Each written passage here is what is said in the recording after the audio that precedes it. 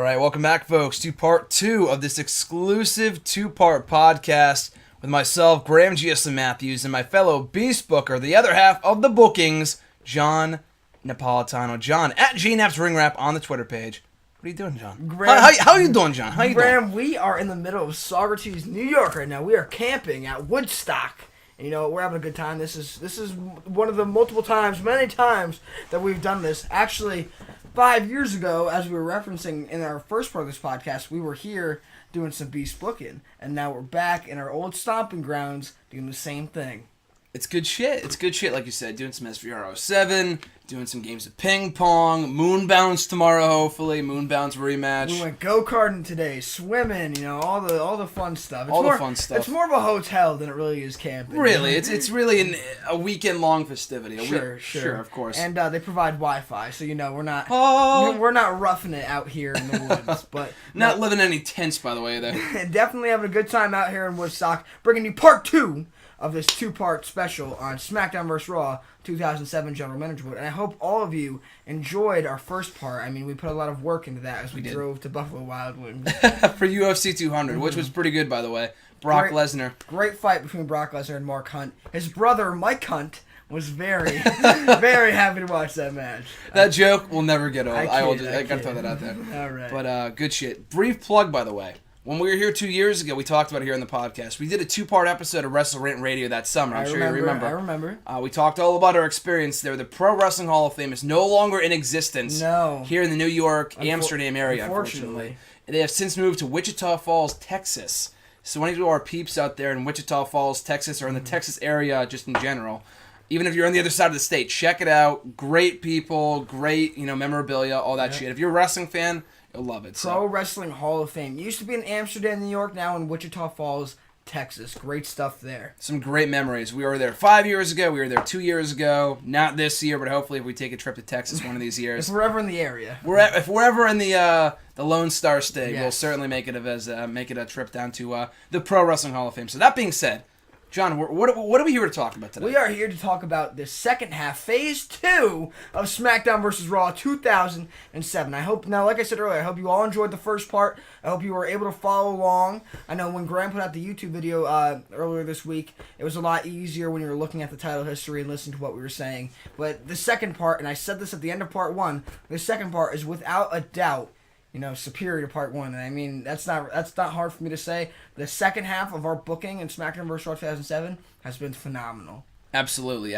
So, like John said, part 2 here, a lot like part 1, will be going up on the next Tuesday. That's going to be July 9th. The day of the WWE draft is July 19th, excuse you. July 19th, sorry. July 9th is when the first part we recorded. July 19th, that Tuesday, it's going up the final WrestleRant Radio ever on Tuesday. So it's a historic episode we're hosting here today. Then on Thursday, we're starting on Thursdays for WrestleRant Radio. But yeah, so this is going up on Tuesday. The YouTube video should be going up on Wednesday or Thursday with the documented title history, a lot like the video that you just plugged as well. So check that out if you haven't already. But at any rate, where we left off, if you have no idea what we're talking about right now, check out part 1, a little over an hour in length, for the first 7 years of our SmackDown vs. Raw 2007 General Manager Mode for the PlayStation 2. Great game, great times, great memories, awesome feuds, awesome opponents, all that great shit. We're breaking it down right now. So we're not going to go through Actually, you want to run down all the WWE champions we've had? Quickly. We'll do it very quickly. We're not doing like a synopsis. We're just literally listing our WWE champions. Let me scroll up here. We'll make it fun for you to listen to. We won't just say names, We'll give you that little spin, that creative flair that we bring to every podcast. There we go, of course. You want to go back and forth? Yeah, sure. So kicking things off, in our very first year, our very first WWE champion of SmackDown vs. Raw 2007, the inaugural WWE champion, crowned on Monday Night Raw of April 1st, 2001, was the Rated R Superstar, Edge. Kurt Angle wins the belt for the very first time in the subsequent pay-per-view Backlash, only mere weeks later. And then Randy Orton, on an episode of Raw during the summer, actually in July, takes the title from Kurt Angle.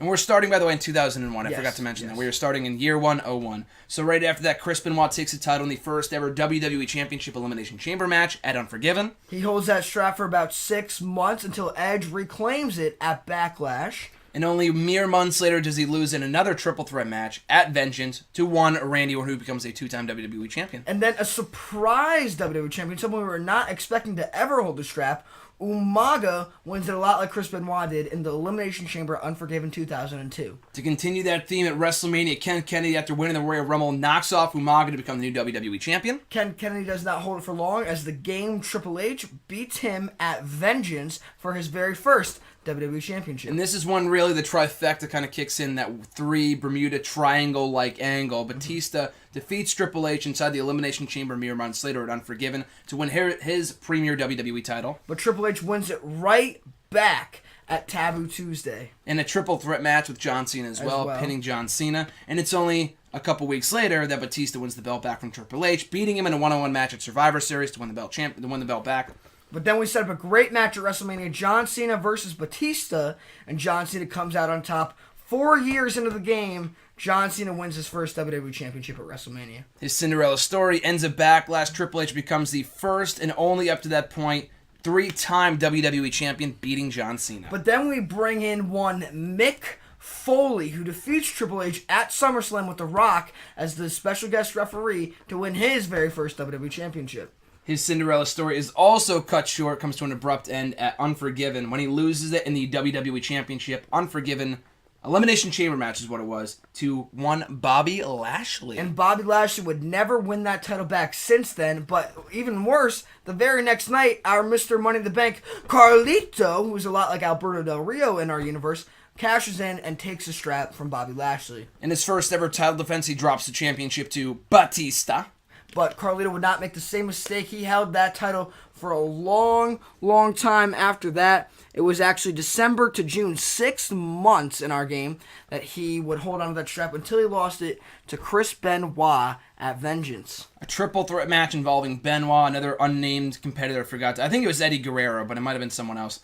Chris Benoit, another participant in Carlito triple threat match. Benoit becomes champion, loses the belt the very next couple weeks to Carlito, who becomes a 3-time WWE champion. Yep, Carlito won that title on Raw, and he held that until Unforgiven in the Elimination Chamber when The Rock won his very first WWE Championship.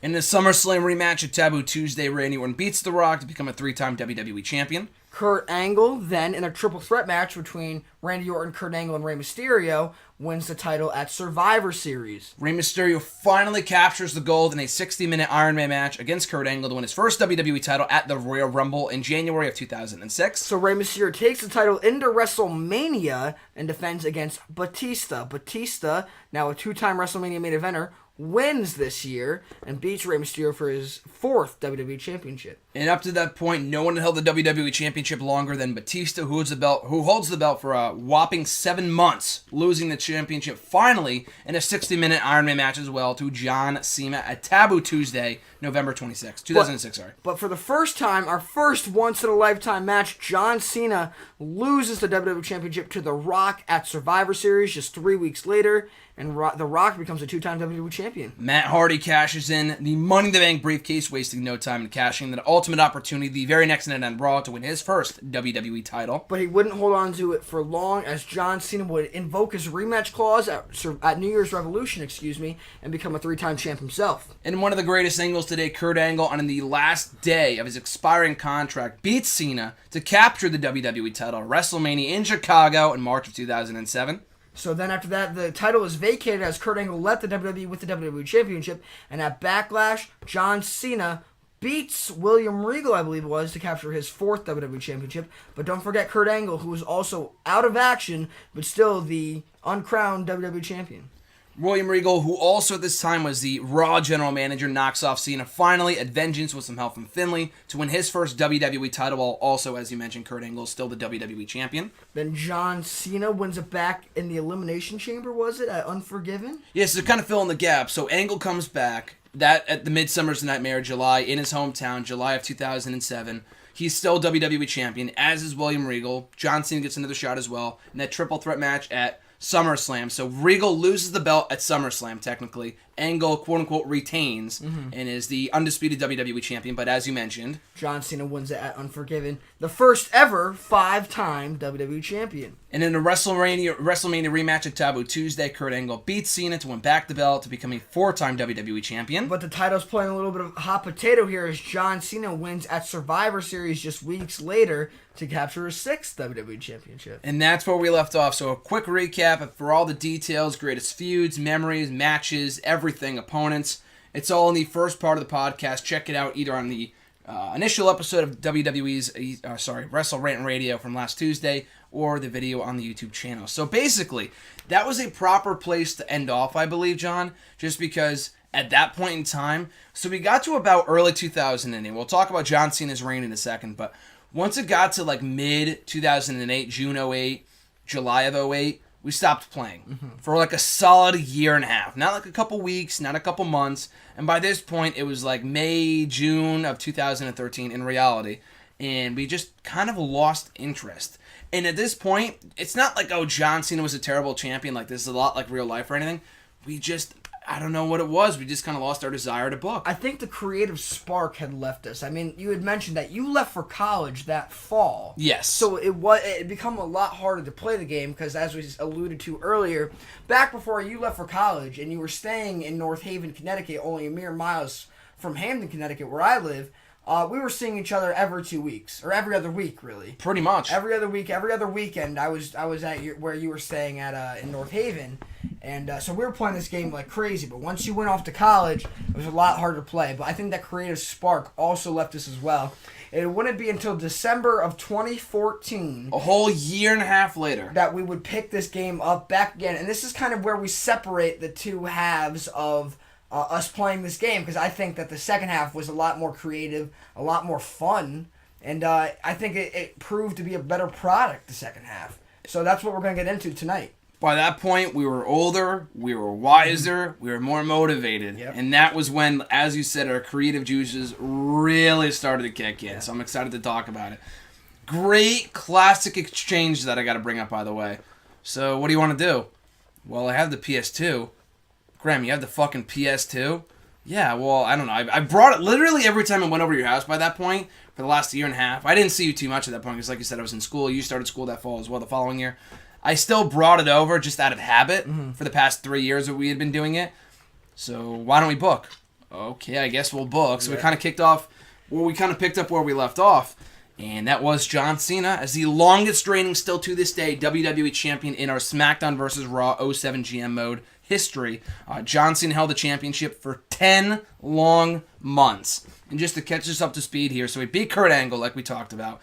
From that point forward, he knocked off The Rock and Kurt Angle in the WrestleMania main event in 2008, retained the title by pinning Kurt Angle in that WrestleMania main event after The Rock came back for a few months. He knocked off Rob Van Dam at Vengeance to retain his title. He beat Mr. Kennedy, his former Fortune tag team partner, at SummerSlam and Unforgiven. And it was only the very next night that his reign came to an end, John, at the hands of one Matt Hardy, who I was going to say a little case of deja vu there. Yeah, because I believe Matt Hardy cashed in his Money in the Bank briefcase, which was similar to Carlito cashing in his Money in the Bank briefcase, but also Matt Hardy cashing his Money in the Bank briefcase earlier, correct? That's what I mean, like a case of deja vu, exactly. Okay. So in both respects, yeah. So the Money in the Bank briefcase is a huge factor in this game. You never know when we know when they're going to cash in. But we don't know if they're going to cash in successfully. We never know if it's going to be successfully, and Matt Hardy did just that on the September 23rd, 2008 edition of Monday Night Raw. Let's clear this up, too. I forgot to mention this at the start of the podcast. For those listening to only part 2, I don't know why you would be, not part 1, we simulate all matches here. We book the feuds, we book what's going to happen, but we don't know who's going to win. Yes. And it's more fun that way. We talked all about it in part 1. A lot more unpredictable that way. So Matt Hardy, Mr. Money in the Bank, ends the 10-month-long WWE Championship reign of John Cena. But unlike the first time around, unlike 2 years prior in the universe, in the WWE universe, he doesn't hold the championship for 3 or 4 weeks. He holds the title, and this is what really got us back into the game, because we booked that night on the final Monday of 2014 for a solid 6 or 7 months in the game. We booked all night and all the next day. And Matt Hardy retained the belt against Cena and Angle in a triple threat match. He beat Angle again at Survivor Series. He overcame every obstacle. He beat Edge, remember, a couple times in the TLC match? Rumble. At the Rumble, New Year's Revolution, and at WrestleMania. He finally drops the title. But even before that, we had a little double turn action, okay? Because Matt Hardy at this point was the leader of the Hardcore Connection. As the WWE champion. And the Hardcore Connection was a faction that we created full of not only former ECW guys, but just, people hardcore in nature. It included the likes of Mick Foley. Later on, yes. Yep, Rob Van Dam. Yep. Who was our Intercontinental champion at the time. Hardcore Holly and Kid Cash. They were World Tag Team champions. Yes, the Hardcore Cash is what we called that tag team. Yes, sir. So we had a four-person stable kind of running Raw. We love when stables run Raw. So Matt Hardy is the leader. Rob Van Dam is the mid-card guy, and then a tag team of Hardcore Cash, Kid Cash, and Hardcore Holly. Mm-hmm. And so they were running rampant on Monday Night Raw, but it wasn't until that we crowned a new Royal Rumble winner and the world's strongest man, Mark Henry. So this is another example of us kind of creating a star here, because it's not really unexpected when you see the guys like Kurt Angle, Randy Orton, John Cena, Edge, Triple H, Batista. When you see them in the title picture, well, of course, they're established main event guys. Mark Henry, who obviously has had, a cup of coffee in the main event in reality, isn't a guy that you would exactly put the world title on in fantasy booking. But we decided that if we wanted to continue our long streak of success, we had to really start mixing it up a little bit. We couldn't keep having the Randy Ortons, the Edges, the Batistas in the main event. So when Henry won the Royal Rumble and we looked at our main event for 2009, it was Matt Hardy versus Mark Henry, a main event we never thought that we'd see.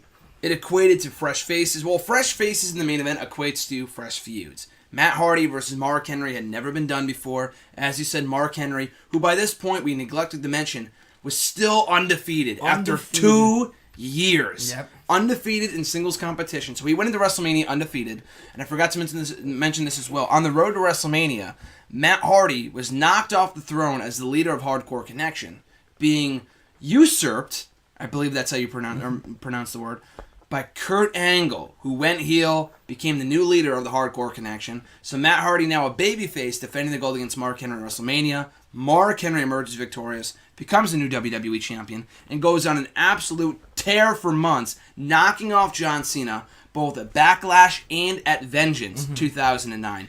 It's only when he defends the belt at SummerSlam that he drops the championship in a triple threat match with one John Cena and Kurt Angle, the leader of the Hardcore Connection. Kurt Angle, who, like we said, knocked off Matt Hardy, became that new top heel on Monday Night Raw, reclaims his 5th WWE Championship at SummerSlam 2009. And in the months that followed, Kurt Angle beat Matt Hardy in their third and final installment of their long-running rivalry at Unforgiven to retain the title. Yep. At Taboo Tuesday, he became the first man to beat Mark Henry one-on-one with some help from JBL, who was associated with Mark Henry throughout his reign to the top, throughout his time of success. A pairing that you came up with, by the way, John.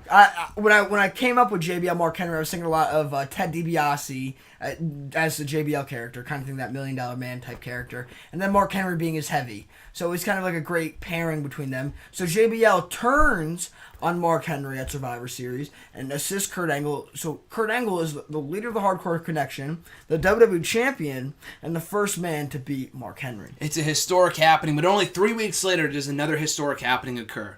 It's at Survivor Series, and it's a final chance match for John Cena. If he loses this match against Kurt Angle, he will have to leave the WWE. He's done. He's fired. It's over. And Kurt Angle and John Cena by this point, obviously, as we talked about in part 1 and a little bit earlier, had a strong, historic series of matches throughout 2007. Yep. The rivalry is rekindled on this night. It was Kurt Angle who turned on John Cena to form the Hardcore Connection, or rather, reveal himself as the leader of the group earlier on in the year. So they still had this, despite the feud, technically ending in the fall of 2007, they still continued on the feud in the main event of WrestleMania 08 throughout 2009. And at Survivor Series, not only does John Cena beat Kurt Angle to regain the gold, he does so in controversial fashion, with some help of the Hardcore Connection. And for the first time in our universe, John Cena goes rogue. John Cena is now the new top heel in the WWE. Kurt Angle becomes, by default, our next top babyface. So John Cena at Survivor Series 2009 has one more shot against Kurt Angle. If he can't beat Kurt Angle for the WWE Championship, not only is that his last opportunity at Kurt Angle's WWE Championship, but he is gone from the WWE. So what does he do? He enlists the help of Kurt Angle's faction, the Hardcore Connection. All right, he becomes their new leader as the top heel in the WWE, and he is the leader of the Hardcore Connection, the WWE champion. So the Hardcore Connection had a long shelf life because we continued to go through leaders. Now, obviously, they weren't our greatest faction because of that. They weren't our strongest, but that's how they had so much. They had such a long shelf life because we went through Matt Hardy as our original leader.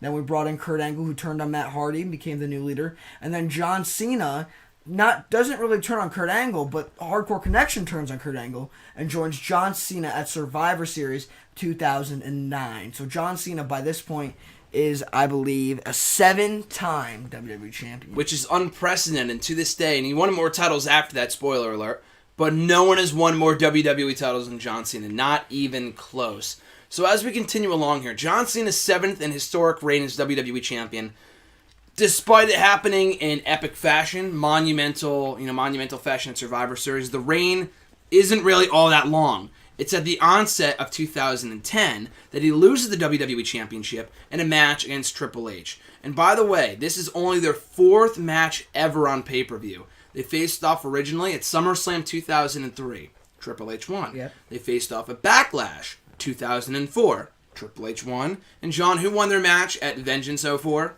At Vengeance 04, Triple H won, kicking John Cena out of the WWE at that point. Yep. Of course, now he's back. Triple H, so their 4th match ever on pay-per-view. Now it's Triple H as the babyface versus John Cena as the heel leader of the Hardcore Connection. And yet again, Triple H beats John Cena. And not only that, but he adds gold to the recently reformed Evolution. And at this point, at New Year's Revolution, it was a stacked show. Because Triple H ended the night as WWE Champion. Batista and Randy Orton, or rather Batista and Ric Flair. Batista and Bobby Lashley were World Tag Team Champions. Remember, Bobby Lashley was our unofficial member of Evolution in this world. Of course, at this point, he was a standard of Evolution. He was one of our main guys, but unlike in reality, we had him as the diamond we were trying to make from the coal. So Bobby Lashley is a huge part of Evolution, but unlike in reality, so Bobby Lashley and Batista, tag team champions. And the Intercontinental Champion, hey, nothing you can say, Randy Orton. So it was a really, a lot like in reality with the Armageddon 2003 pay-per-view, all members of Evolution, the recently reformed babyface Evolution, every member was a champion. Historic. But only 3 weeks later, does Triple H lose the belt back the very next pay-per-view to John Cena. John Cena. Who finally beats Triple H, by the way. Yep, his first time beating Triple H. So the dichotomy that we were talking about earlier, done. Over. And this is years later. This is happening years later. So this really stretched out over time, where it was John Cena couldn't beat Triple H couldn't beat Batista, and Batista could not beat John Cena. That triangle, done. Over. Finished. John Cena beat Triple H at the Royal Rumble in January of 2010. In that same pay-per-view, Kurt Angle winning his 3rd Royal Rumble match. He won in 2007. He won in 2009, or rather 2008. Mark Henry won in 2009. 2010, Kurt Angle, after getting kicked out of his own group only months earlier, gets one more shot at the WWE title, and it's a WrestleMania rematch. We have never done 2 WrestleMania main event matches, not back-to-back, but just ever. And we finally get to this WrestleMania. John Cena versus Kurt Angle one last time inside Hell in a Cell. Was it in Hell in a Cell? It was in Hell in a Cell. And who wins but the 3-time Royal Rumble winner, the Olympic gold medalist, Kurt Angle. Gets a bit of retribution against the man who turned his faction against him, John Cena. And 2010, where we are right now, is kind of the landmark that we use as the new era. Now, we were calling it the new era before WWE decided to call their product the new era. And the reason we decided to call it the new era was because Graham had contemplated ending it all right there. He saw the main event of WrestleMania 2010, John Cena versus Kurt Angle, as the perfect place to call it quits. I mean, we had been playing at this point. In reality, we were in early 2015, or it was May of 2015. May of 2015. We got back from school. Yep. So we're 10 years into the game, in game time, and we are 4 years. Just about 4 years. Yep. In reality. So Graham had said, we really done it all. John Cena and Kurt Angle was our best rivalry, and he saw it no better way than to finish it at Hell in a Cell, WrestleMania 2010, Kurt Angle beating John Cena. But I said, Graham, no. There is far too much untrekked territory. We have not even explored all of our options, all of the rivalries that we can do. Every rivalry that we did before can be done again. Make the babyface heel and the heel babyface. I mean, there was just a formula for success that I saw fit, and that is exactly what we did. And we kick off the new era in explosive fashion. In controversial fashion, indeed. Explosive fashion, as you said. So I swerved you.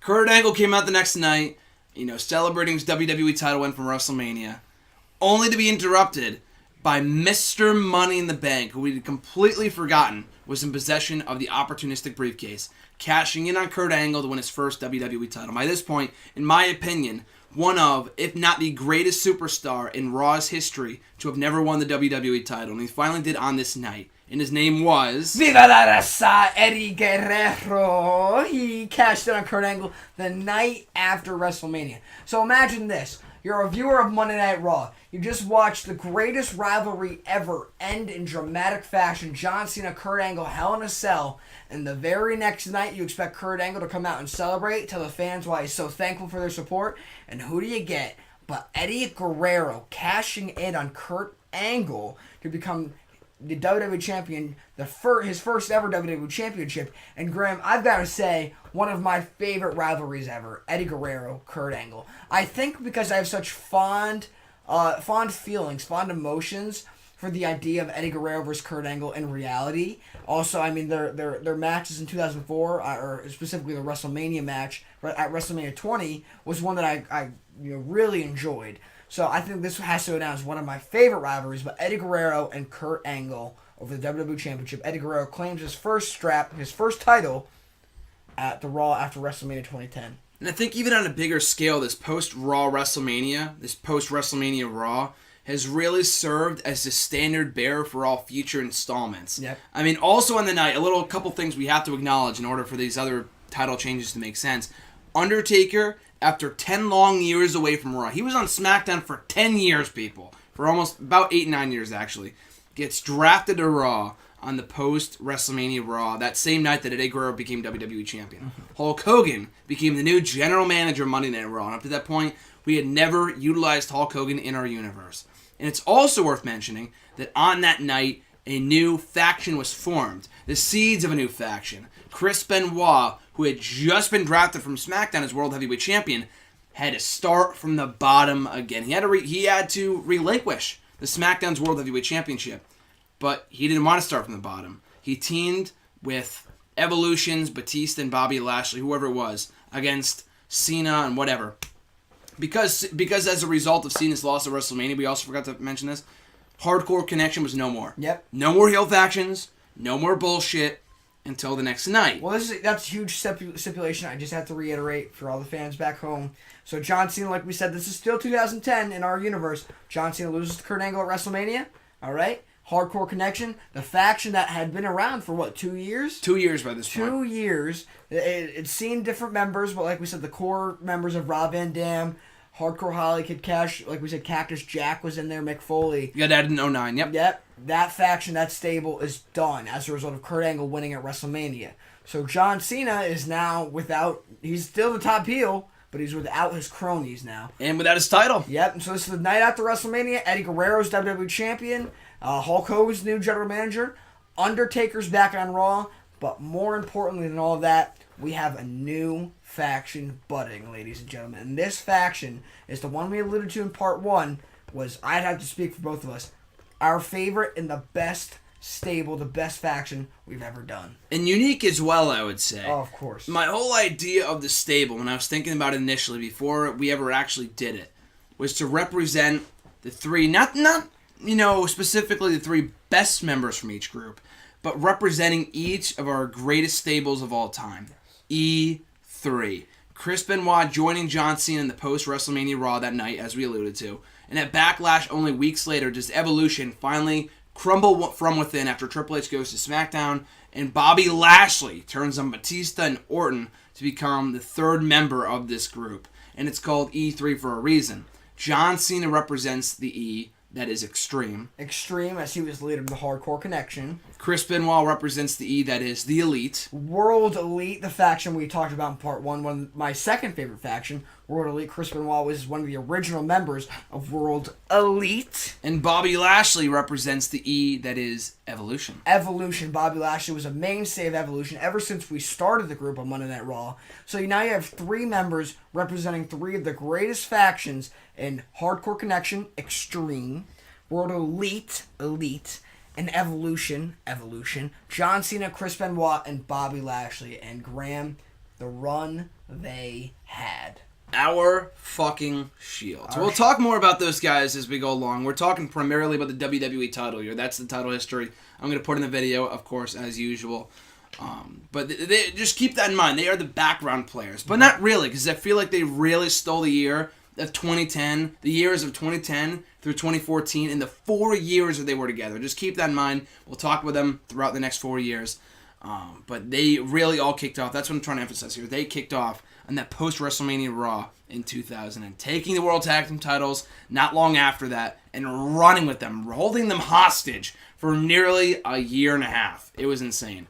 So while they take a backseat from the main event scene, Eddie Guerrero beats Kurt Angle twice at both Backlash and Vengeance to retain the title. And it's only at SummerSlam that the reign of Viva la Raza is that the initial Senor Dinero and El Banco, the WWE champion, does his reign come to an end too? Randy Orton. Randy Orton coming through as a top babyface. Like we said, he was a member of Evolution when they reignited on earlier in 2010. But he broke away as Evolution disbanded to become a 4-time WWE champion at SummerSlam. It was Eddie Guerrero versus Randy Orton, and Randy Orton walked out successfully. But like all things, Graham, SummerSlam isn't a promise. You walk out of SummerSlam, the WWE champion, it doesn't mean you're going to walk out of the very next pay-per-view unforgiven as the WWE champion, and that's what we saw once again. But the way this played out was nothing short of spectacular. So not only does Randy Orton lose the championship inside the chamber, which as you said is basically a guarantee, he drops it back to the same man he beat to win the belt initially, Eddie fucking Guerrero. So Eddie Guerrero wins the title initially on the post-WrestleMania Raw, holds it for more like four months.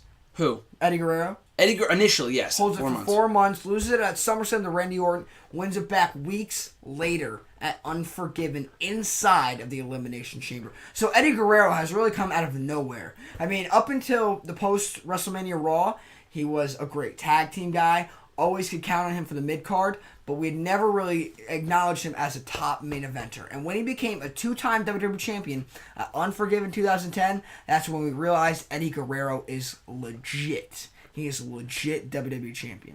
He arrived in 2010. The year of 2010, for all the great rising superstars we had that year, from Shelton Benjamin to E3 to everyone else, Eddie Guerrero took the ball and freaking ran with it and was undoubtedly the 2010 MVP. So from there, he drops the championship, he beats Randy Orton in a rematch at Taboo Tuesday. But it's only a few weeks after that he loses it in a triple threat match involving Randy Orton and Batista. So Batista takes the championship back at Survivor Series, and he holds the championship for many, many months, knocking off Eddie Guerrero, winning, knocking him, beating him in New Year's Revolution. Once again, at the Royal Rumble, he knocks off Umaga, and the winner of the Royal Rumble was Eddie Guerrero. But it's not Batista and Eddie Guerrero at WrestleMania, because Mr. Money in the Bank, Shelton Benjamin, declares he's cashing in at WrestleMania. So he beats Eddie, and Eddie and Shelton had gone way back. I mean, Shelton beat Eddie to win his initial WWE Intercontinental Championship, or rather, he lost the IC Championship. The long reign of Shelton Benjamin came to an end at the hands of Eddie Guerrero. So what we have to establish here is that Eddie Guerrero will not die. He always has to come back into the picture. So like I just talked about his early part of 2010, but now getting into the later half. So he wins the championship in the 6-man Elimination Chamber at Unforgiven. Successfully defends it against Randy Orton, loses it in a triple threat a couple weeks later at Survivor Series to Batista and Randy Orton. Batista wins the WWE Championship. Now Batista holds on to that title for quite a while, but Eddie Guerrero wins the freaking Royal Rumble. So it's looking like Eddie Guerrero Batista's our main event of WrestleMania. Why not? But Shelton Benjamin, a guy who we have to talk about. We'd be remiss if we didn't talk about Shelton Benjamin in this podcast. Shelton Benjamin was a guy we took from obscurity. When we drafted him to Raw, now we're talking about his early career. He was a mid-card guy, tag team guy, never could break through that glass ceiling. We drafted him in 2008. And it was my goal to have Shelton Benjamin in the main event scene, because once we had gotten, past 2007, I really wanted to start focusing on the younger guys. That's where you see the Mark Henrys and the Matt Hardys coming in. Shelton Benjamin was another guy that I really wanted to get into the main event picture. Of course, it was building over time. Like I said, we drafted him back in 2008, and now in 2010, he's coming into the picture. Or actually, now at this point, Royal Rumble, it's 2011. Yes. Correct? Yes. So it's 2011 now, almost 3 years later, that Shelton Benjamin is becoming the main event guy that I wanted him to be. So Eddie Guerrero wins the Royal Rumble, but Shelton Benjamin cashes in. So instead, he beats Eddie Guerrero to face Batista, or rather, Batista beats Eddie on Raw. Shelton Benjamin was going to the main event of WrestleMania no matter what. So we had the WrestleMania quote-unquote main event early, and Batista versus Eddie, one last time steel cage match on Raw. Batista retains the title, beats Eddie. So it's Batista, Benjamin, WrestleMania. Benjamin's Mr. Money in the Bank. He's still the Intercontinental Champion. He beat Edge for the belt a couple months earlier at the Royal Rumble. He's got the IC belt. He's got the briefcase. But can he add the WWE title to his resume? So for the first time ever in the main event of WrestleMania 2011, it's Batista versus Shelton Benjamin. Champion versus champion. Title for title. Title for title. And this is exactly what I had wanted for quite some time. Because like I said, we drafted Benjamin in 2008. And when he beat Edge at the Royal Rumble for the IC title, that wasn't his first IC title reign since we'd had him. I wanted Shelton Benjamin to be our Ultimate Warrior for quite some time. I wanted him to be the first guy to have both the IC title and the WWE title. But Graham, did Shelton Benjamin successfully win the strap at WrestleMania? He was unsuccessful. And we thought, fuck, we really could have had a great moment there.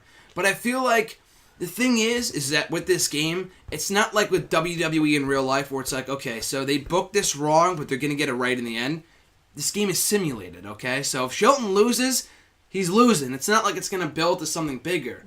Yet it did. We'll get back to that. Hold on to that thought for a second. But anyway, Batista retains the title, still the WWE champion, wins the IC championship for the first time in his career, vacates the belt the very next night. Yeah. Shelton Benjamin ironically wins that championship back by beating Bobby Lashley in the post-WrestleMania Raw. So Batista's still WWE champion, but for not that much longer. Well, we did a little... I remember us... It's funny that we talk about this. This was the time where we brought in the eraser. Everyone knows what the term the pencil is in creative and in booking, but I remember this term like it was yesterday. We started talking about the eraser. Now, Batista beat Shelton Benjamin for the WWE Championship, or for the Intercontinental Championship, becoming a WWE and Intercontinental Champion at WrestleMania 2011. But the very next night, he vacates it. For reasons I can't remember. That he can't defend both belts. In the game, you can't give a champion another title. Okay. And in my plans, I was going to have Batista a dual champion. Mm-hmm. We just couldn't do that. We couldn't do it. So he vacates it the next night on Raw, and Shelton Benjamin becomes the IC champion. So if you were a viewer of this product, you might almost feel a little bit cheated.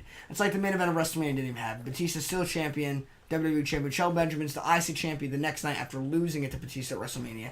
So we kind of brought in the eraser, but Shelton Benjamin was far from done. At that point, we had thought, we had worked 3 years now to get this guy to main event status, and he just lost. He just fizzled out. We thought he was over, but he was not over. But in the meantime, we had a new top heel rise to the top.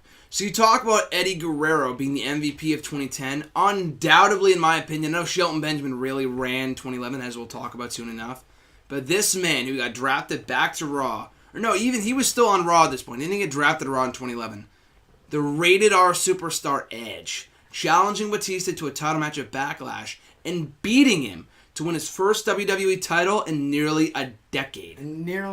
So our inaugural WWE champion is WWE champion again. He's now a 3-time WWE champion by Backlash 2011. So Backlash is really Edge's cup of tea, man. That's where he wins his championships right there. Hell yeah. So Edge beats Batista at Backlash. Batista retains the WWE championship at WrestleMania against Shelton Benjamin. Comes back, Edge challenges him, Edge is victorious. Backlash 2011. And in the weeks that followed, remember Edge was dominating Batista. He beat him almost on a weekly fucking basis. The guy didn't lose during his reign as champion. Until when the championship was actually on the line, he lost the belt right back to Batista at Vengeance 2 months later. Okay. The next night, also, I forgot to mention this as well, the very next night, Batista retains the title. We said, okay, fuck it, we're going to do one last time. TLC match tonight, live on Raw. Edge Batista. Batista retained. In Edge's very own match. Edge cannot beat Batista in the TLC match. He is, again, unsuccessful, so he's no longer WWE Champion. Batista is WWE Champion. And I can't have these people forget E3 running rampant during this time. The World Tag Team Champions still are John Cena and Chris Benoit, who go on to have the longest reigning World Tag Team title run of all time, knocking off British Invasion, Booker T and Kane, everybody. What's so unprecedented about this is that John Cena, who became our top heel in 2009, it's now 2011, our top heel is now having a kind of a career resurgence. He's still heel, but he and Chris Benoit are become the longest reigning tag team champions, and during this period, they're still tag team champions during this period.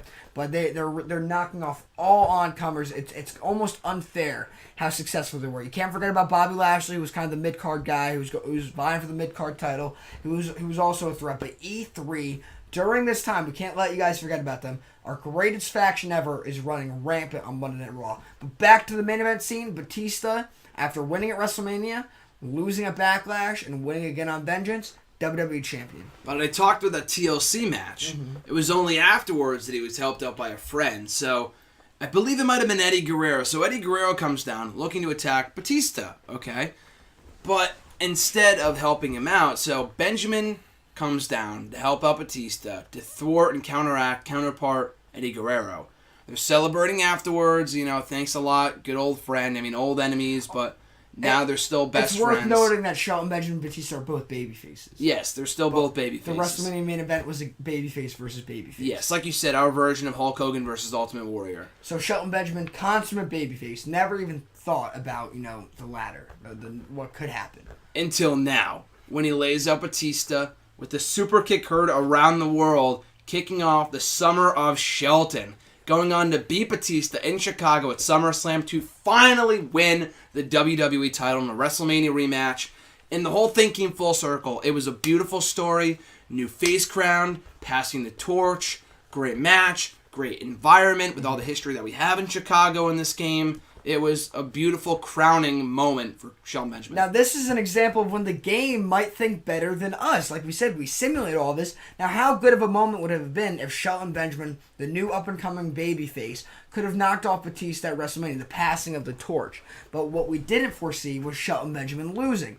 Now, Batista goes through a mini-feud with Edge. Remember, Eddie Guerrero's still kicking around. He's still a top heel to look at. But we never thought about Shelton Benjamin turning on Batista after that TLC match that you spoke of, all right, to become the next heel on Monday Night Raw. And like you said, at SummerSlam in Chicago, Shelton Benjamin beats Batista for the WWE Championship. Shelton Benjamin, the guy that I had been working to build to the top, is finally at the top. But instead of going right back to that Batista-Shelton rematch, that rubber match, The Rock enters the picture after a great series of matches with Eddie Guerrero throughout 2011. He steps up as the new number one contender to the WWE title, Unforgiven, beating Shelton Benjamin in his hometown of Miami to win back the WWE title for the first time in almost 5 years. So Shelton Benjamin, as long as we did working to get him to the top, doesn't stay on the top long. So Shelton Benjamin wins the strap at SummerSlam, and only a month later, Unforgiven, does The Rock become the new WWE champion in Miami, Florida. But what's our very next pay-per-view, Graham? The Taboo Tuesday. And where was Taboo Tuesday held? Orangeburg, South Carolina. Now, what is so freaking amazing about this, and this is all chance, guys. This is literally luck of the draw. Now, in this game, a hometown superstar is always someone you want to pay attention to. Someone who will pop a rating for the show, and someone you like to usually put towards the main event because, obviously the hometown crowd will favor the hometown hero. Now, in this game, if you're in the superstar state period, they're considered a hometown guy. Like, whenever we're in Pennsylvania, whether it be Philadelphia, Penobscot, whatever that Indian Reserve in Pennsylvania that we're always going to, or Pittsburgh, Kurt Angle is considered the hometown guy. But on this occasion, in 2011, it just so happened that at Unforgiven, when we did The Rock versus Shelton Benjamin for the WWE title, we were in Miami, Florida, The Rock's actual hometown. It wasn't Tampa, Florida. It wasn't Orlando, Florida. It was Miami, Florida. In the very next month, it wasn't a couple months later, it wasn't 8 weeks later, the very next month for the rematch at Taboo Tuesday, Orangeburg, South Carolina, Shelton Benjamin's actually billed hometown. So we go from Miami to Taboo Tuesday, and Graham, who wins in Orangeburg, South Carolina? Ain't no stop me, nah. Shelton Benjamin reclaims his title after losing it to The Rock in Miami in Orangeburg, South Carolina. And what I loved about the main event scene at this period in time is we had so many different main event players. We had Batista, as we talked about, for most of 2011. We had The Rock, obviously. We had Edge. We had Booker T kind of waiting in the wings as well for a title shot. Can't forget Eddie Guerrero. Now, John Cena and Chris Benoit, both main event guys, taking one for the team as the longest reigning tag team champions at this point. I mean, you can't forget. Imagine if the top two guys, Seth Rollins and AJ Styles right now, I mean, that in my mind, in reality, the top two guys, imagine if they just said, fuck it, like, let's go win the tag team titles. I'm like, what? Like, you guys are WWE Championship material. What are you doing the tag team titles? But John Cena, Chris Benoit, can't forget about them. E3 still running amok on Raw.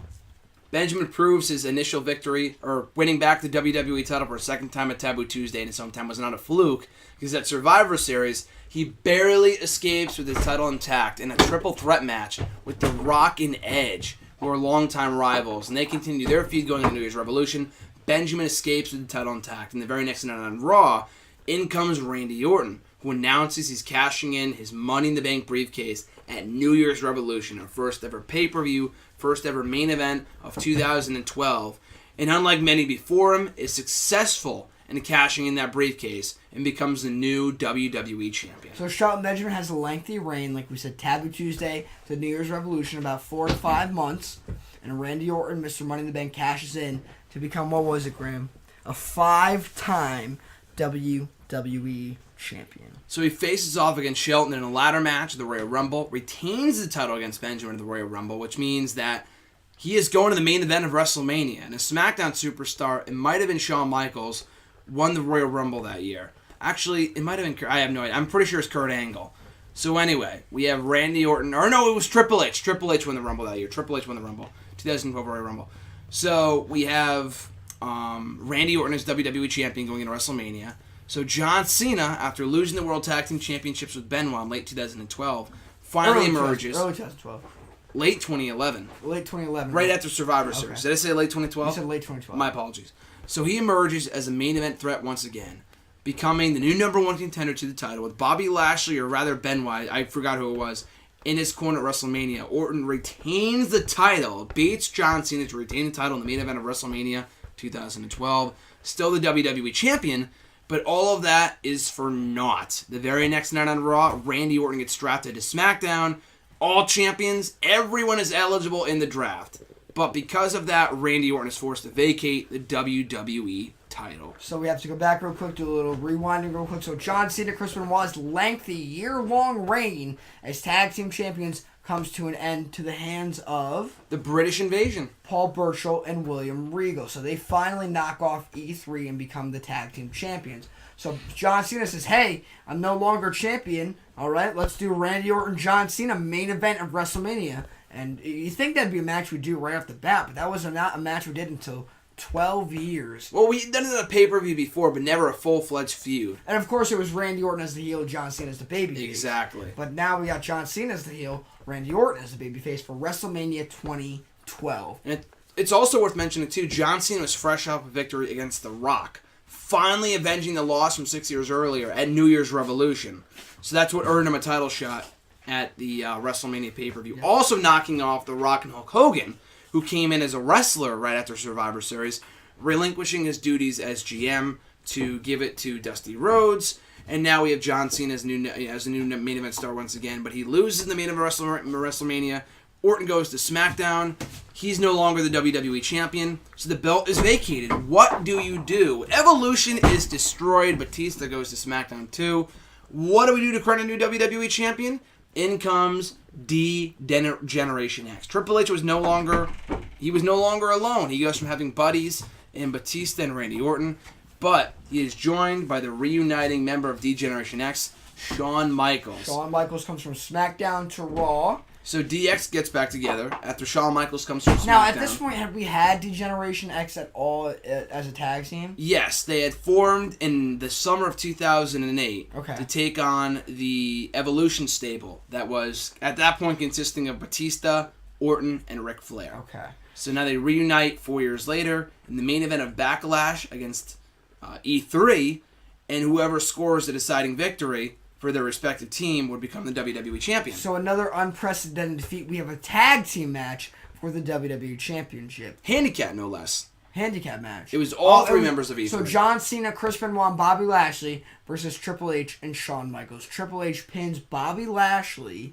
to become the WWE champion, a 5-time WWE champion, but he does not hold on to that title long because we have a hell of a story getting ready to propel us into the summer of 2012. He puts on a hell of a performance in the triple threat match of the Vengeance pay-per-view.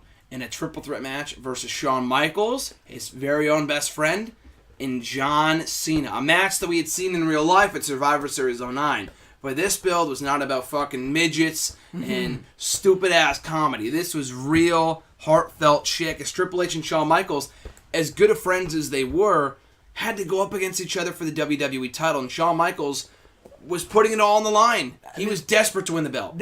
Shawn Michaels had yet to be a WWE champion up to this point. 12 years into the game, was not yet WWE champion. And this is where you're starting to see on Monday Night Raw, you're starting to see, John Cena, Shawn Michaels and Triple H taking on the team of like Benoit and Lashley. You got singles matches going on with everyone in each other's respective corners.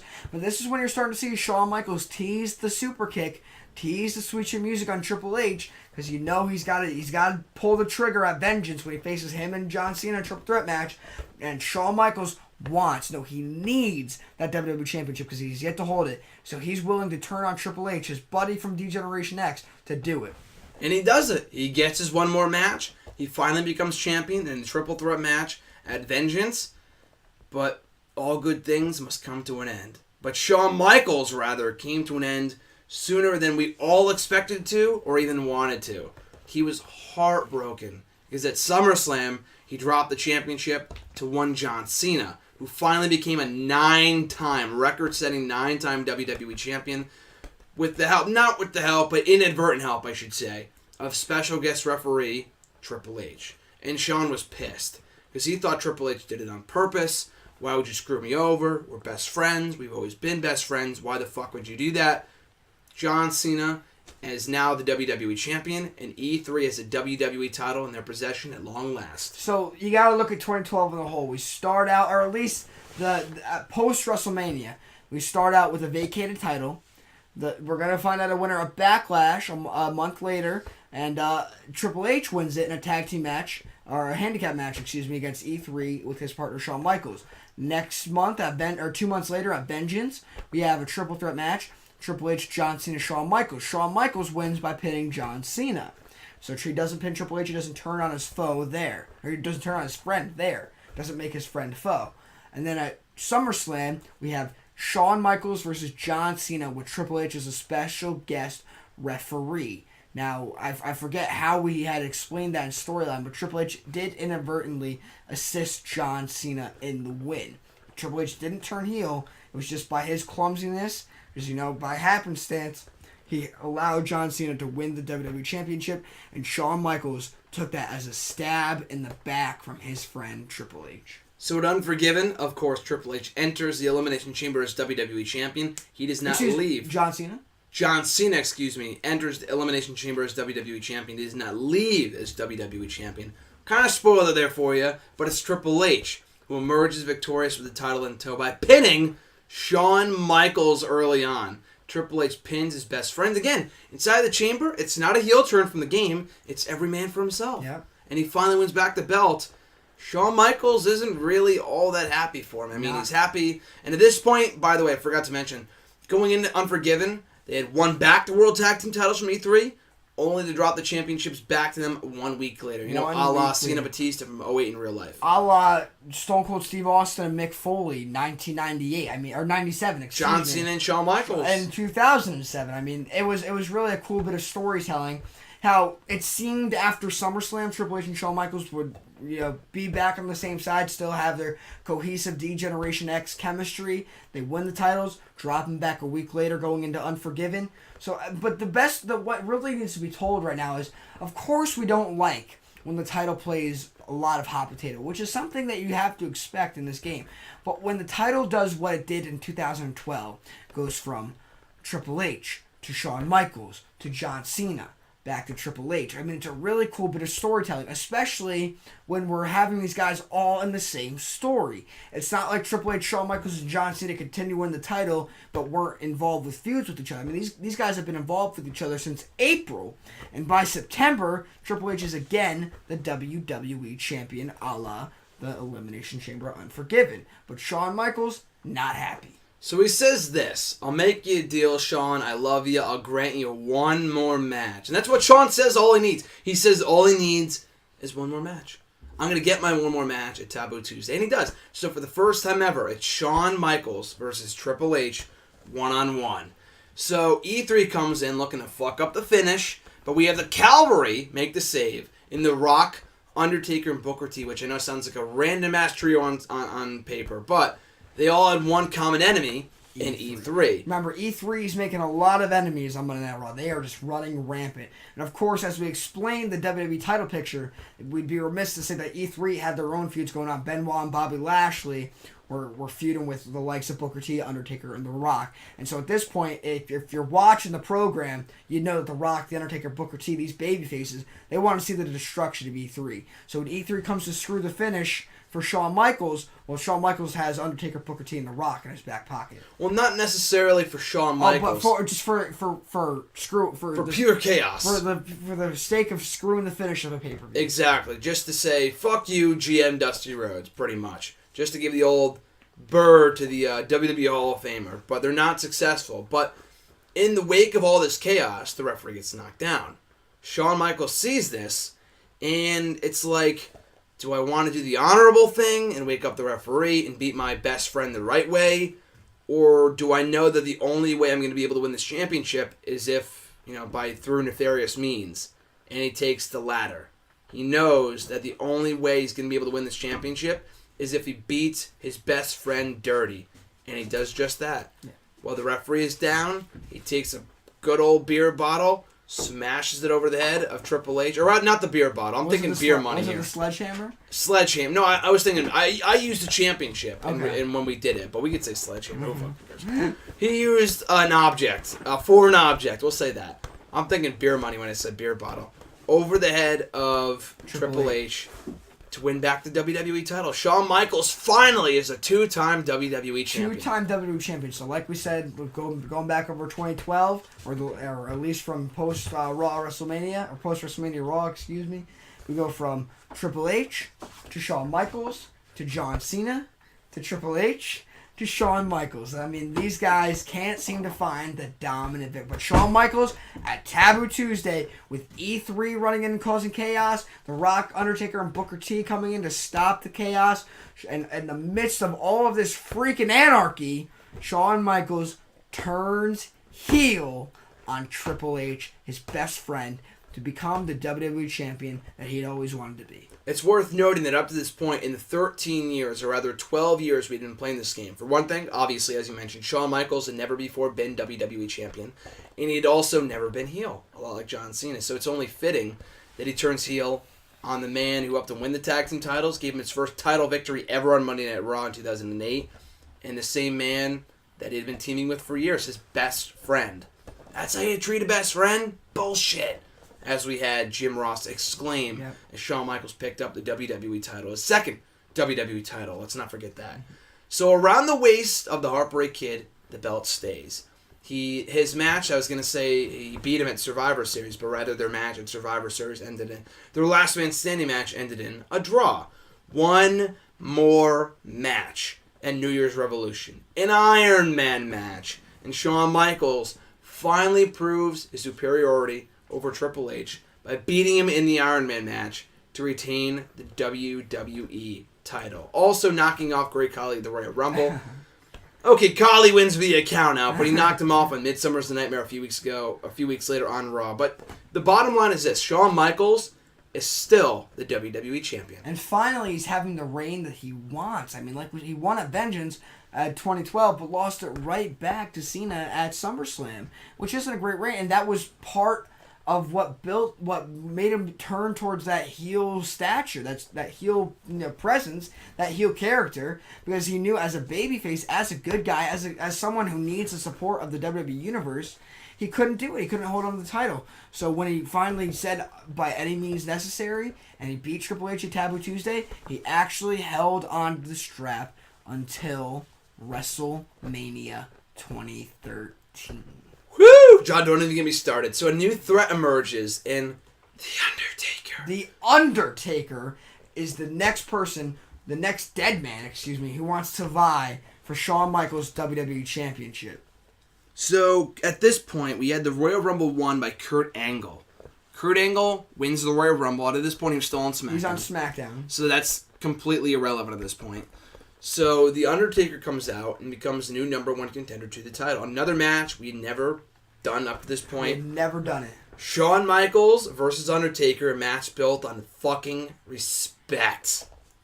And The Undertaker, a lot like Shawn Michaels the year prior, despite the many years that he had on Monday Night Raw, despite being a Raw original, being there since day fucking one, had never before been a WWE champion. He had not. Now he had his sights set on Shawn Michaels' WWE Championship. Now, did Shawn Michaels, excuse me, did he have a crony along with him? Can you remind me who that was? So, after ditching the likes of Triple H, he found a new ally in his training partner down in his actual wrestling school in real life, one Lance Cade. Again, it sounds like a very random pairing to you guys, I'm sure, at home. Why isn't he with Trevor Murdoch? And that's like what many people expect of him. But you got to think, my line of thinking here, my thought process was, along the lines of Chris Jericho with Lance Cade in 2008. With the whole story was right before Lance Cade passed. Yeah, a couple years, but he was released in late 2008, but he died in 2010. I know what you mean though. So right before that, but he joined Jericho with the storyline being that he was neglected at Shawn Michaels' wrestling school, and he didn't want to acknowledge that he had trained him, whatever. So that's why he joined it. But at this point in our game, he did want to acknowledge it. He did train Lance Cade, and he's a trainer from his wrestling school. So Lance Cade comes up as the new crony, as the new henchman, the new right-hand man for the Heartbreak Kid, helping him retain the title at every turn going into WrestleMania. So every heel needs a crony, and Lance Cade was just that for Shawn Michaels. Shawn Michaels having a great run from Taboo Tuesday on to WrestleMania. Like we said, Undertaker, who was the next number one contender, would face Shawn Michaels at WrestleMania. And now, Graham, we must tell everyone, every time we play this game, every calendar year we go through, there are 3 matches we watch every single year.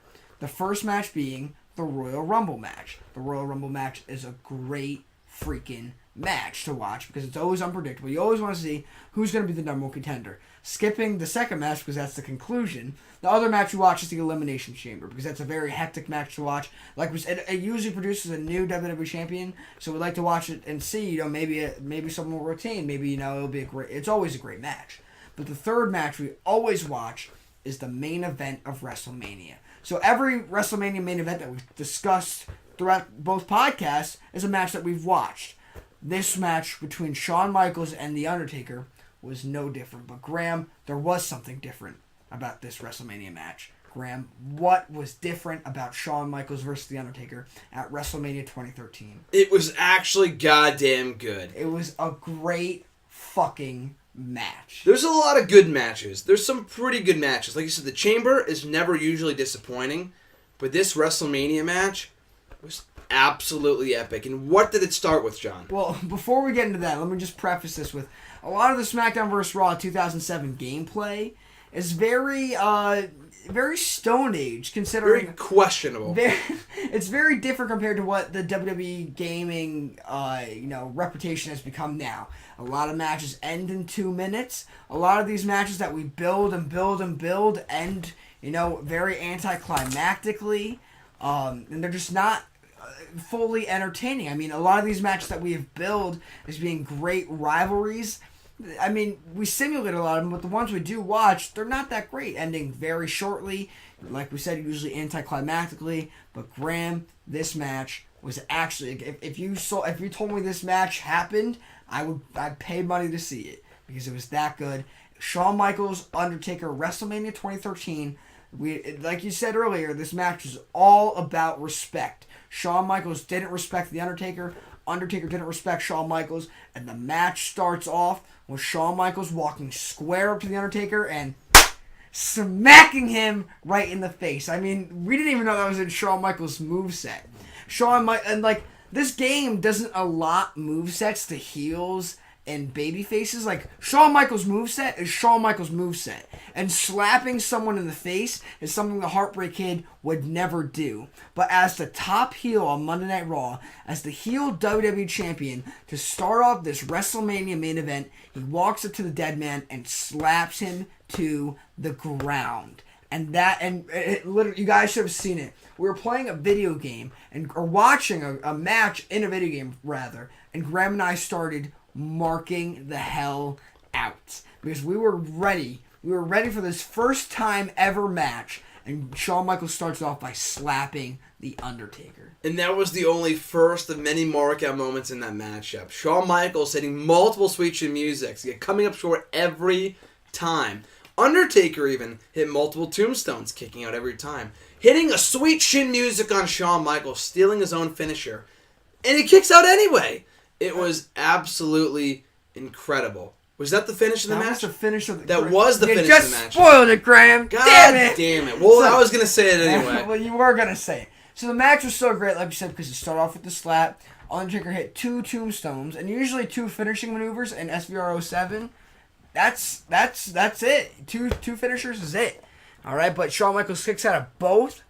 Shawn Michaels utilizes the low blow throughout the entire match, but still can't put the Undertaker away. Finally, around the 8-minute mark of the match, a time one-on-one matches usually do not get to in this game, the Undertaker hits Shawn Michaels with the sweet chin music. The Undertaker super kicks Shawn Michaels in the corner and gets the 1, 2, 3. What a way to commence his premier WWE title reign. The greatest match we have ever witnessed, ever done in SmackDown vs. Raw 2007. So the era of the Dead Man kicks off at WrestleMania 2013, beating Shawn Michaels in a rematch of Backlash.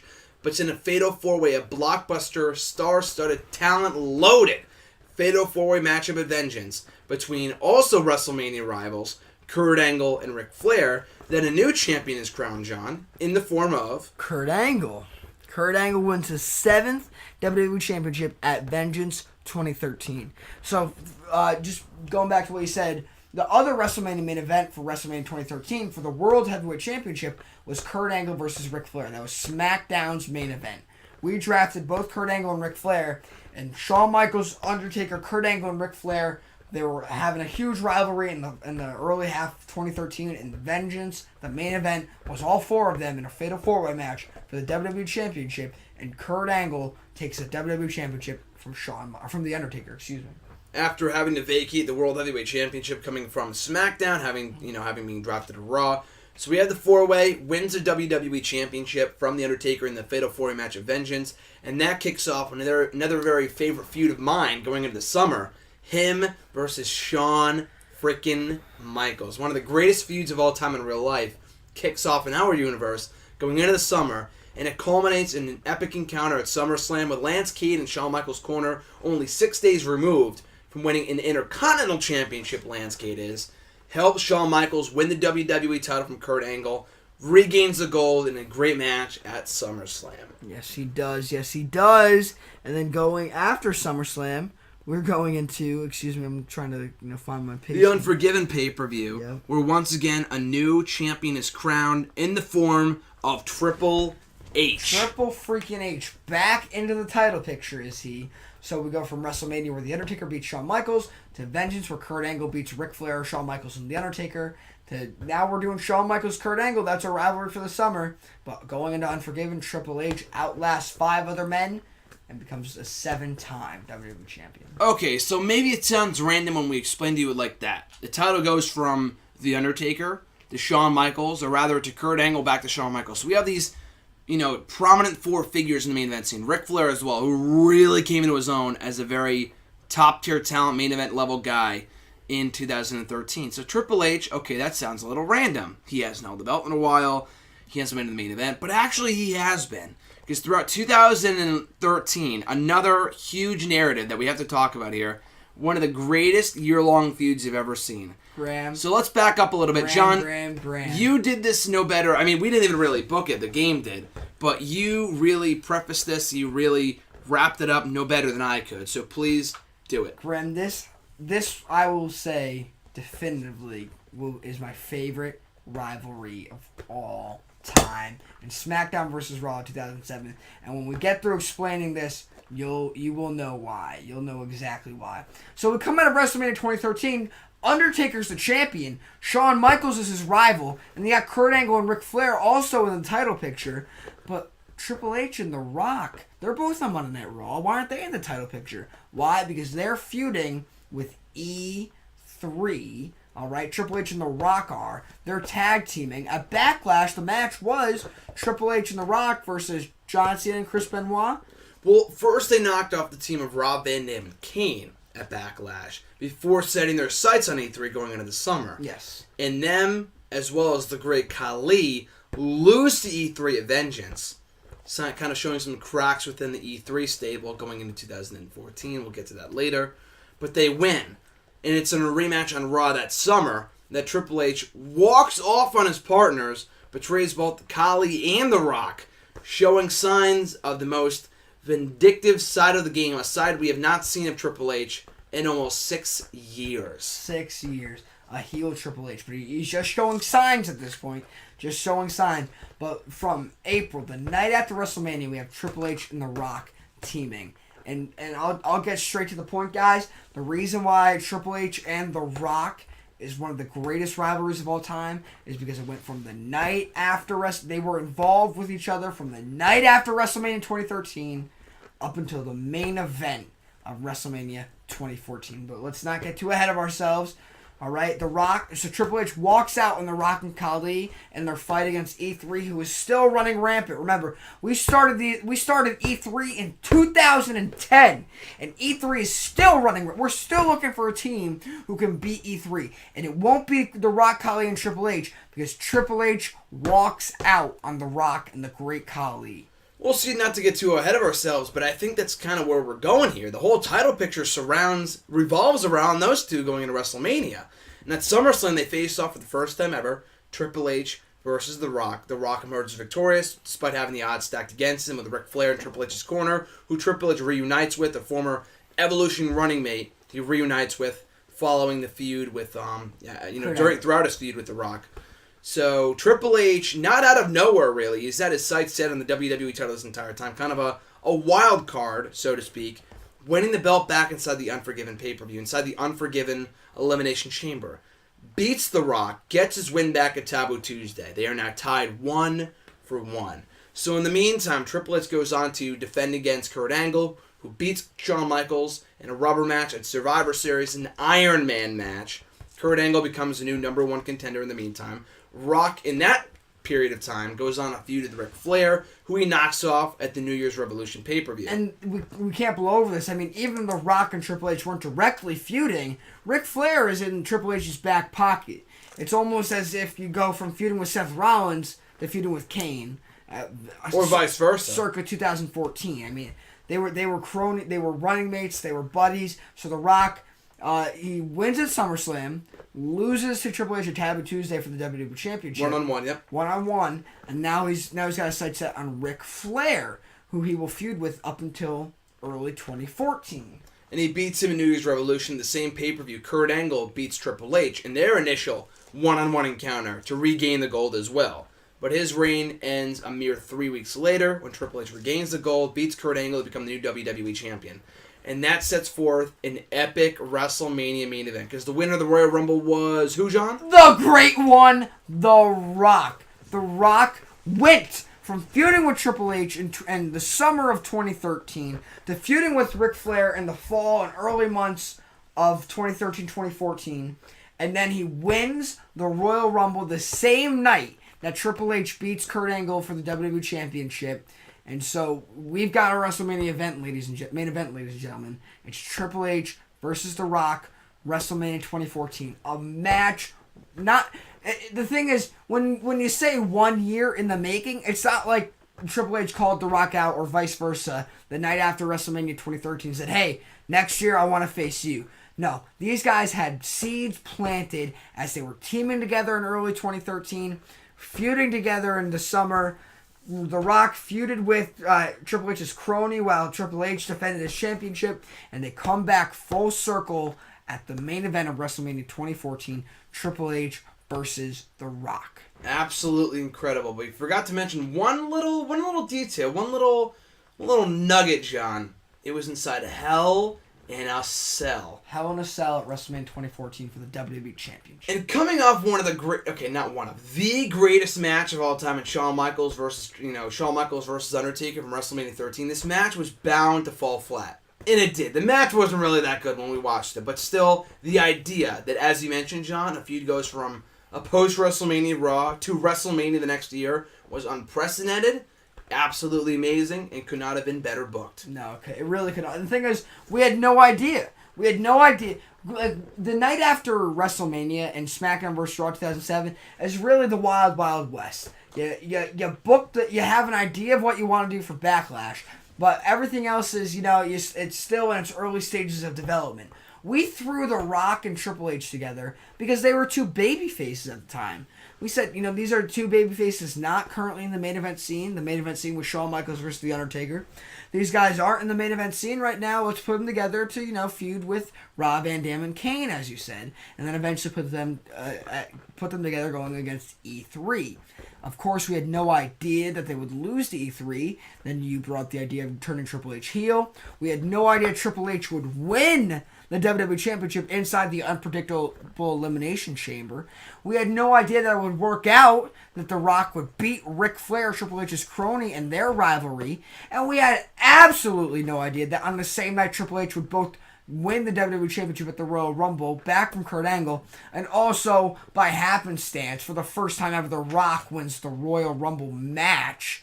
And that sets up WrestleMania 2014, The Rock versus Triple H. Literally, I could have pitched that idea, but it wouldn't have been as satisfying as it just happening the way it did. Could not have agreed more. But, in the end, it was not a feel-good story with The Rock conquering the game. It was Triple H who emerged victorious, still the WWE Champion, inside straight and sane structure at WrestleMania.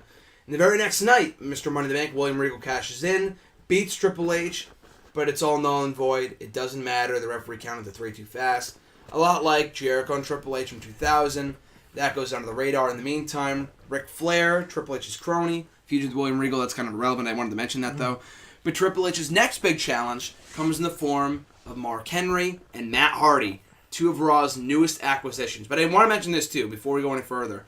That you mentioned earlier, that Rock and Triple H was not planned 1 year out. It just happened to unfold the way it did. But a match we did plan 1 year out, which had never been before done. Not that we booked it a year out. Not only that, we announced in the game that we are doing this match, title or no title, hurt or not hurt, doesn't matter, face, heel, tweener. It's happening in the main event of WrestleMania next year. If it's not over the title, and it's going to be a first ever WrestleMania main event that's not for a championship, I could not have cared less. It's John Cena versus Stone Cold Steve Austin. And in the weeks leading up to WrestleMania 14, when we were so focused and busy... 2014, that's what I said. 2014, in the weeks leading up to WrestleMania 2014, E3, the tension was being teased. The cracks were being shown within the group. And finally, the night after WrestleMania, John Cena Or rather the other way around, it was Chris Benoit and Bobby Lashley cutting ties with John Cena. But coming to the quote-unquote aid of Cena was the debuting Stone Cold Steve Austin, who in the 14 years of our SmackDown vs. Raw 2007 GM mode had never even appeared once, let alone wrestled. For him to show up on the post-WrestleMania Raw was unpredictable. It was unprecedented. It was a long time coming. Mm-hmm.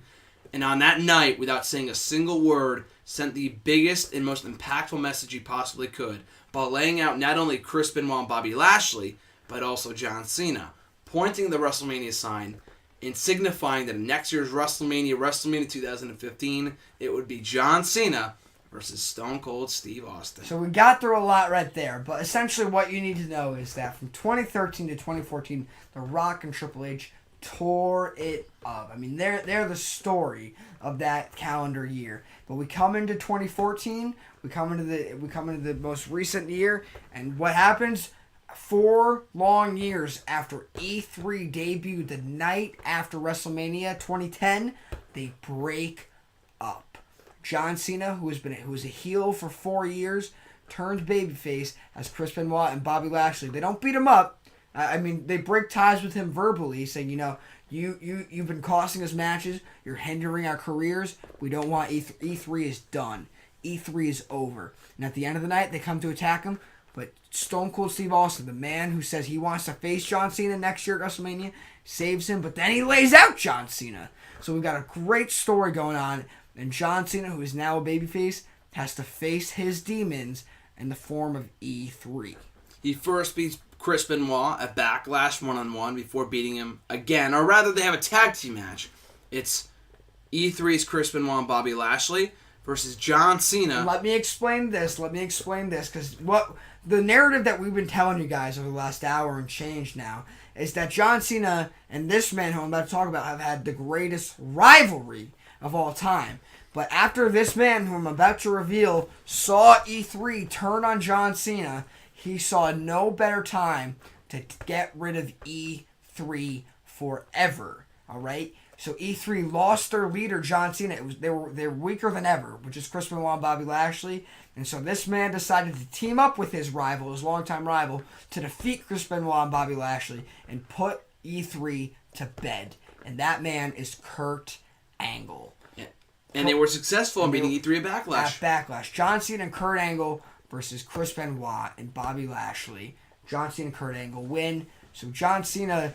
But is that the end of John Cena's E3 troubles? Not even close. His road to redemption, his new changing character, proves to be the best thing for the leader of the C Nation. Beating E3 in a tag team match at Backlash, beating Chris Benoit in their first ever one-on-one match at Vengeance, beating him again in a last-man standing match at SummerSlam, falling short of winning the WWE title Unforgiven, granted, but at Taboo Tuesday, he beats Bobby Lashley.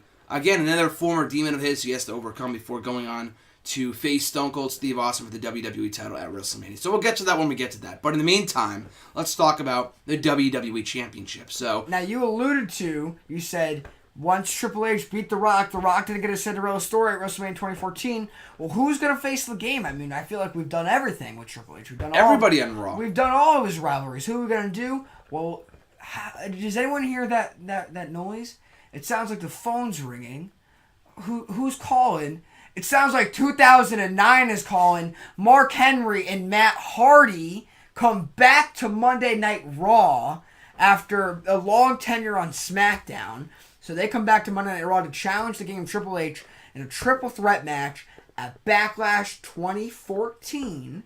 All right, for the WWE Championship. Now, I made the 2009 reference because, of course, that was a WrestleMania 2009 main event, Matt Hardy versus Mark Henry. But we bring them back into the fold. They're both babyfaces to take on Triple H and for the WWE Championship. And Graham, I don't think we were quite expecting what was going to happen. I don't think we were expecting this at all. It was Mark Henry coming out on top with his second WWE Championship. He dominated the year of 2009 as WWE Champion, undefeated all the while. And he kind of really faded off in obscurity throughout 2010 and 2011, coming back to Raw many years later to reclaim the throne. And he did just that by winning back the WWE title. And he really, I don't want to say broke out in 2014, but he really suffered a career resurgence of sorts that year. He turned heads.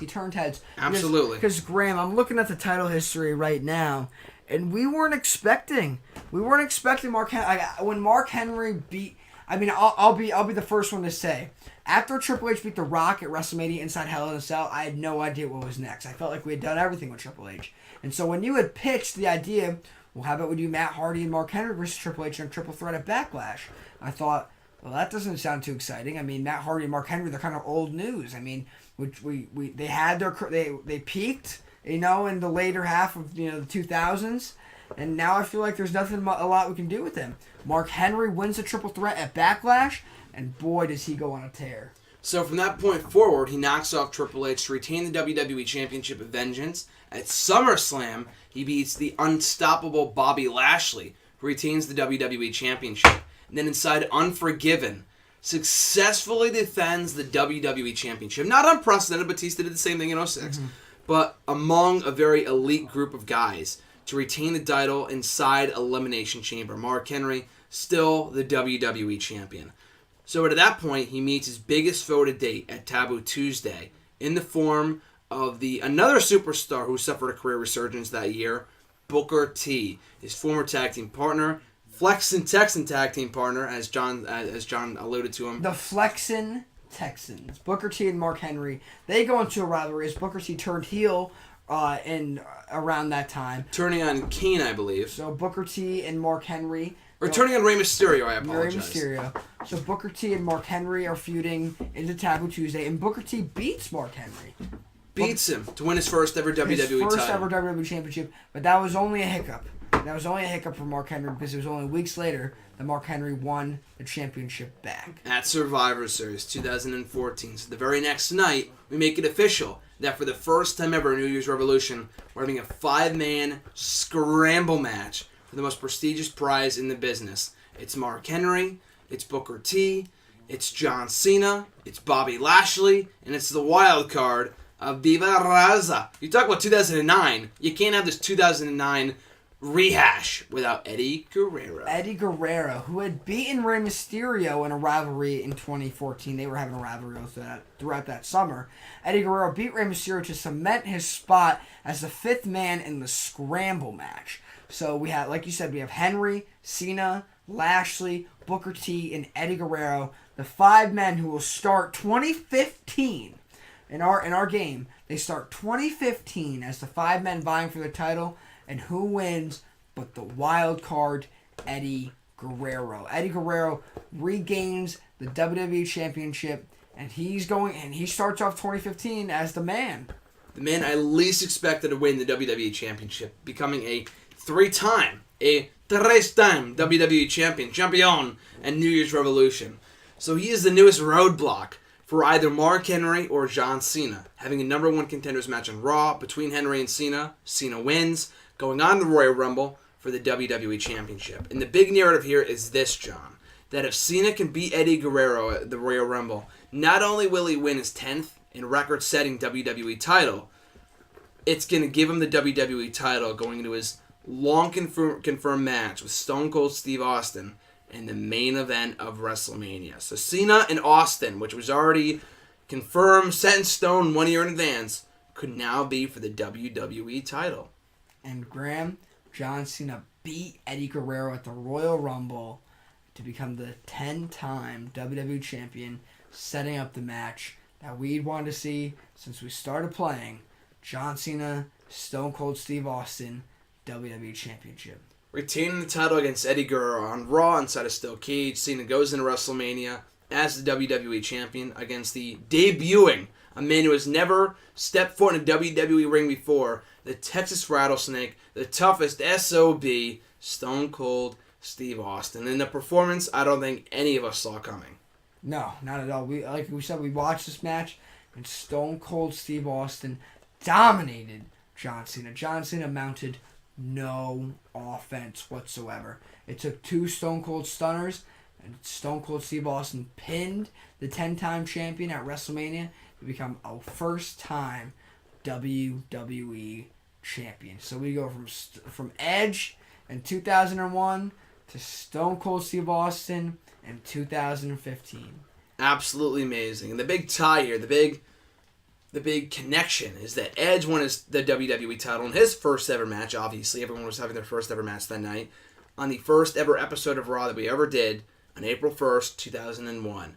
Now, fast forward 14 years later, year 15 kicks off, or rather ends 2014, the year, or 14th year, with Stone Cold as the WWE champion, also wrestling his first match and winning the WWE title. So, John, we're celebrating 15 years of SmackDown vs. Raw 2007 General Manager mode for the PlayStation 2, and we're not done yet. We might be done sooner rather than later, who knows, but we were really off to a strong start. We'll talk about that final year, maybe in a possible part 3 down the road. I just wanted to talk about going from, the first ever Raw, April 1st, 01, to WrestleMania 2015. And we're not done yet. I know we teased it in our last podcast. We already continued on. We've already done Backlash 2015. We're not going to talk about it here. I feel like to be kind of anticlimactic to end on the Aftermath pay-per-view. We'll talk about that full year.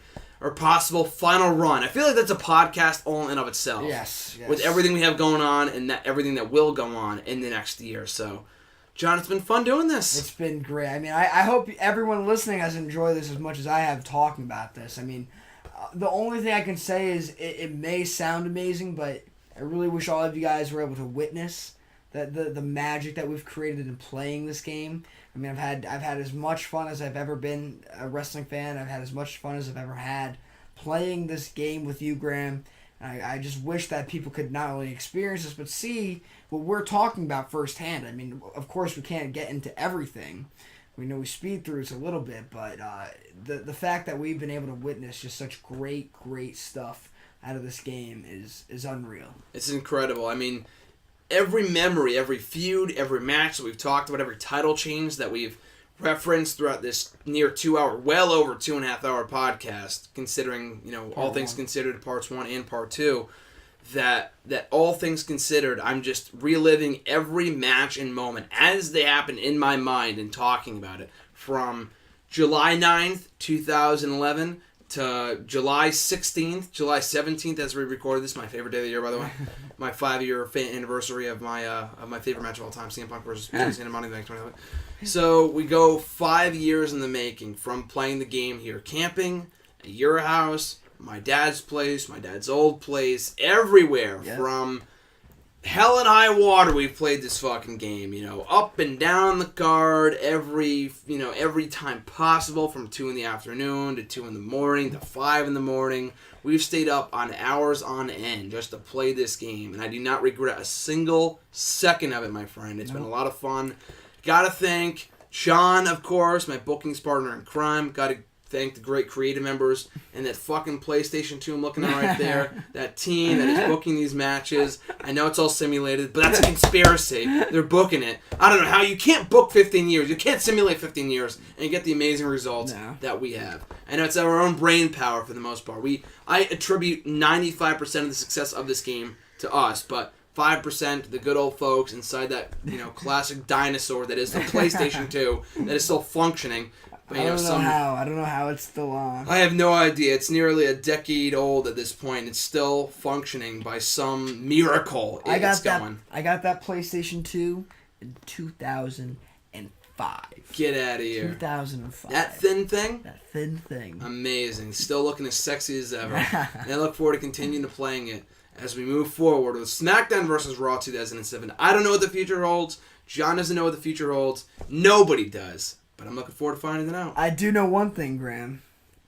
We're going to be at NXT TakeOver SummerSlam and Monday Night Raw. Brooklyn in a month's time. And Part 2. And that is something I am looking forward to. So that's what I'm looking forward to as well. So obviously in that time, I'm sure we hung out 2 weeks ago. Yep. We hung out last week. Hopefully I'll see you for the draft. Oh, that's another thing too. So by the end of July, we will have hung out. Let's see, July 1st, yep. July 9th, yep. July 15th, 16th, 17th, and possibly 19th. That's 6 days in the matter of a month, which, 6 days out of 30 for many people, maybe not be most. But we usually hang out, maybe once or twice a month. Yep. I know during, winter break, we hung out, 4 times. So that was over the course of, a month and a half. Mm-hmm.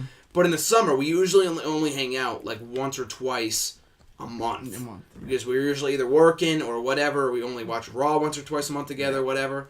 So, and we have 4 months home, so it makes more sense to do it over that period of time. But it really worked out this month with hanging out on the first, hanging out for UFC 200, hanging out this entire weekend in the beautiful Saugerties, New York, and hopefully, possibly for the draft this upcoming Tuesday. Everyone, give me a little prayer that I can get work off on July 19th, this upcoming Tuesday, the day this podcast will be out. I need everyone to say, Patrick, who's the guy I'm asking to cover for me. Everyone say it together. I'm going to say it once and then you repeat with me. Patrick, please, by God, cover for John. 1, 2, 3. Patrick, please, by God, cover for John.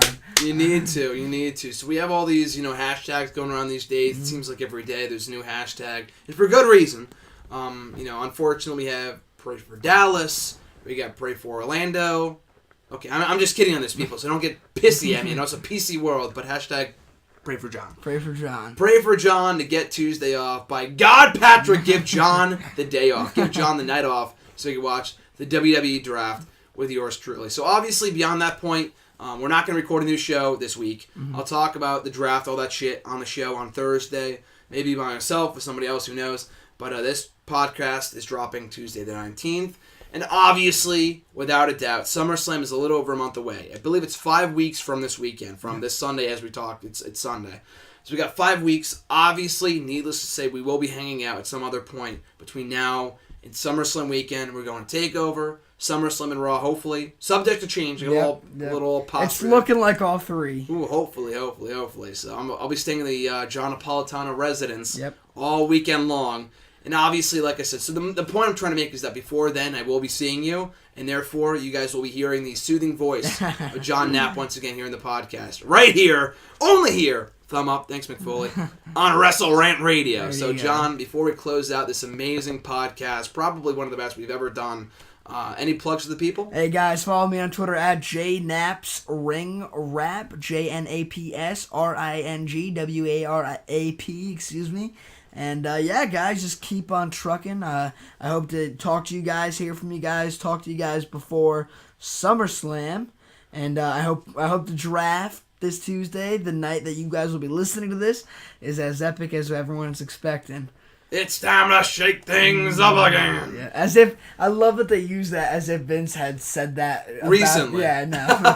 That's so. It's from like 2004. It's from literally 11 or 12 years ago. Yeah. It's so funny. So on that note, guys, follow along with our journeys and adventures through SmackDown vs. Raw 2007 General Manager mode as we truck through 2015 in the game.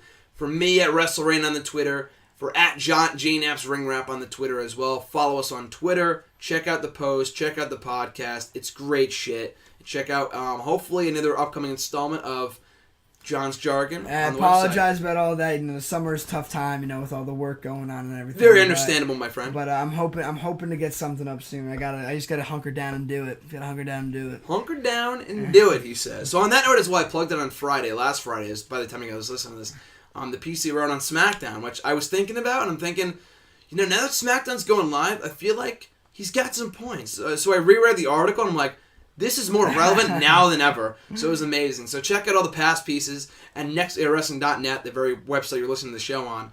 And go to Columnist Corner, go to the right side under categories. John's Jargon, every past installment, quickly approaching the 2-year anniversary of that amazing hit column. All right, well, we gotta start cooking then. We gotta hit the kitchen. We gotta start cooking with some more pieces then. As SummerSlam quickly approaches.